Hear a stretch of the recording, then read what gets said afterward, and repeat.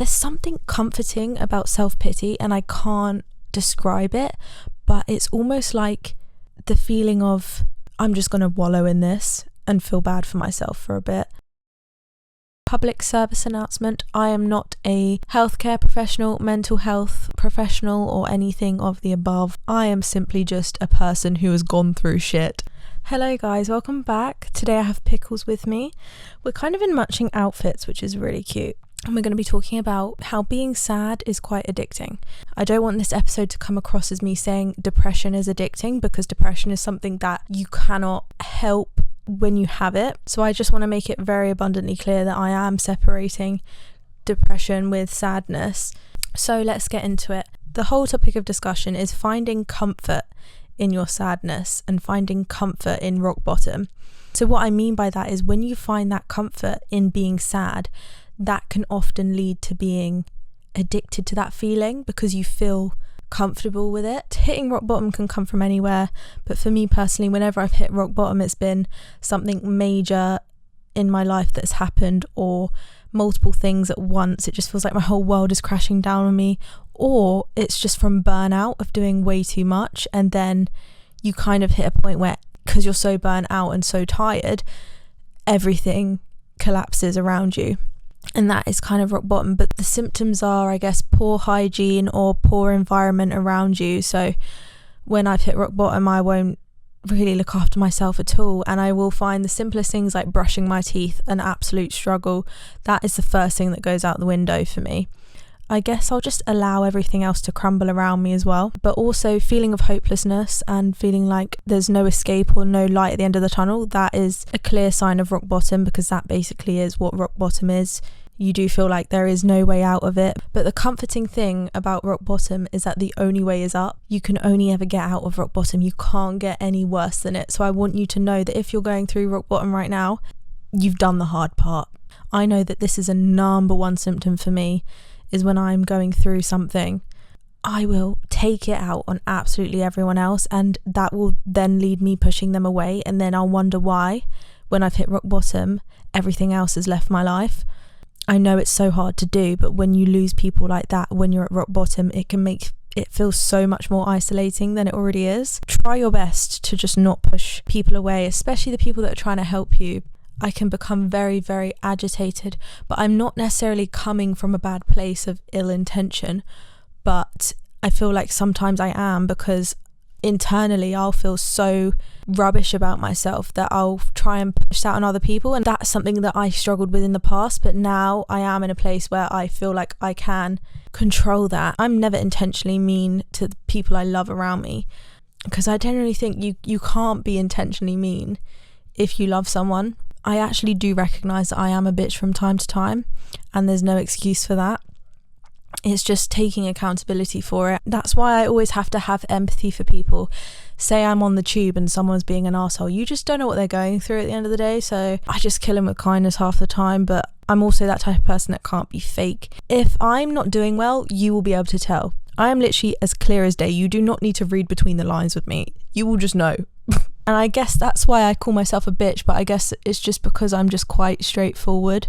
And even if I do try and fake it, people are like, Corey, I can tell. I'm just like, at least I tried though.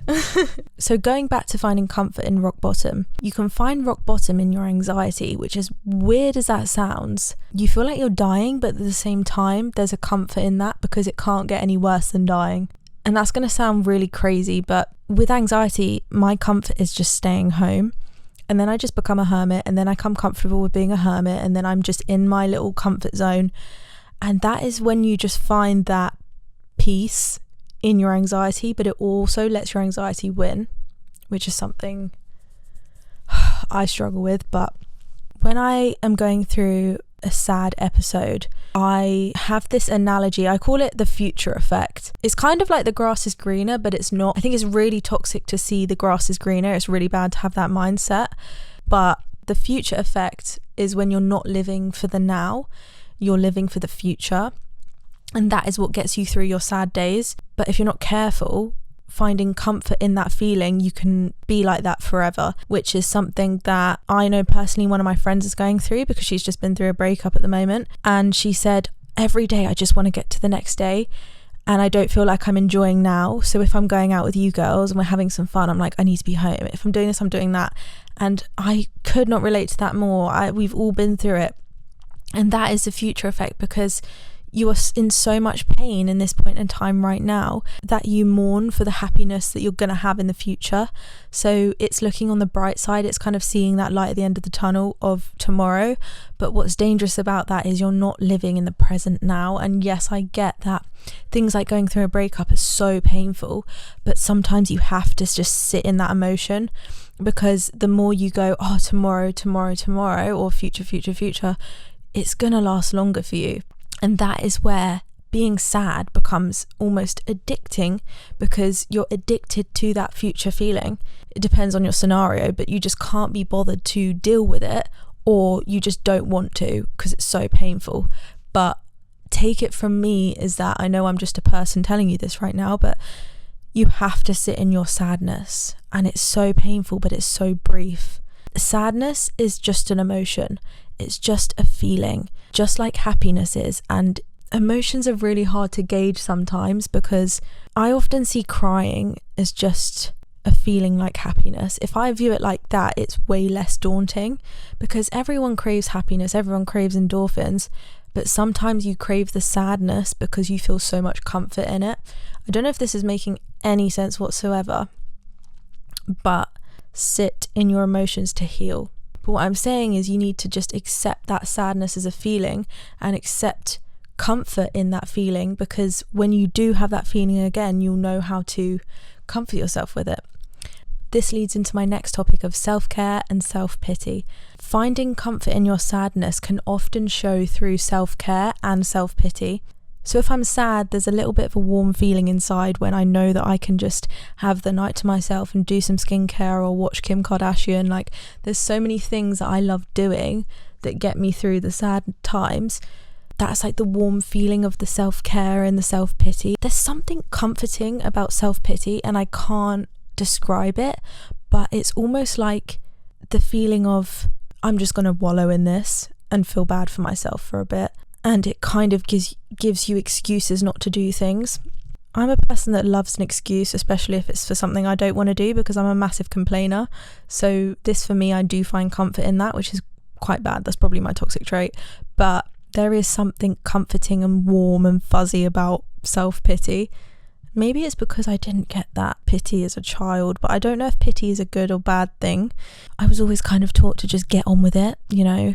Like, if I was ill before school, it's like, just go in, and I'd have to like just go in for the whole week, even if I was throwing up. With my anxiety, like growing up, I never really was understood. No one understood it, to be honest, because social media and stuff like that was not as prominent when I was younger, and dealing with anxiety, it was kind of like a taboo topic to talk about. Like, no, you're not depressed, you're not anxious, whatever. So I always was just told to get on with it. So I think that's kind of why I envy that self-pity, and I wallow in it sometimes.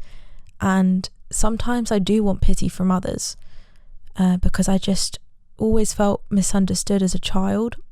I always thought life wasn't fair growing up, and that is always a thing I need to reflect on, because I had a good life and I had I'm grateful for my life, you know, but there were certain points where I'm like, it's not fair that I have to go through this and I'm not understood for it and stuff like that. You know, it's a very isolating and scary feeling, but I do think self-pity is kind of an addicting feeling as well. Self-pity kind of leads into binge eating as well, especially for me. I'll feel sorry for myself, so I'll eat a whole pack of biscuits, but then that'll make me feel worse. So I just can't win. So I spoke about earlier how I love to complain and I love an excuse. I think where the sadness becomes addicting is where you begin to make excuses around your whole life, and that becomes a good enough excuse to not go to work for the full 8 hours, to not go for that run you said you were going to go for, to not go to the gym you said you were going to do, to not be as good enough as a girlfriend or boyfriend or mum, dad, son, daughter, whatever it is that you should be doing, to not be as good of a person, to not do the house chores, to not do the dishes. I do think there are minor and major excuses that you should and shouldn't really be making. So there is no excuse to not be a good person. If someone in your life is not being a good person and they're saying, it's because I'm sad, it's because I'm depressed, I have a level of empathy for it, but at the same time, why should I have to suffer? Why should I have to pick up the pieces for something that only you can help yourself for? And it's not fair when I'm giving my 100% to you and you're giving me minus 10, 20, 30. And also see if you might do that yourself. And if you do, then, you know, as long as you can learn from it and improve, then, you know, you're not a bad person. But I do think there are bad people out there that can become quite manipulative with it, whether they see it or not, you know.